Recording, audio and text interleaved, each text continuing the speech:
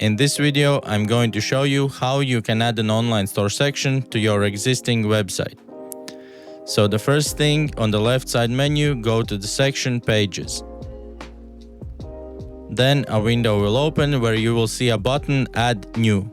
Once you click on the button, you will have an option to choose the page type.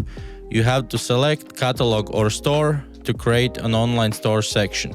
The next step will be to select a page title, for example, Store, adjust the page address if you want. Then if you click on Advanced Settings, you can add SEO parameters such as title tag and meta description. Once you've done all that, click on the button Save, and you will see that your online store section has been created. You can start adding products and managing all the store options under the section Store on the left side menu.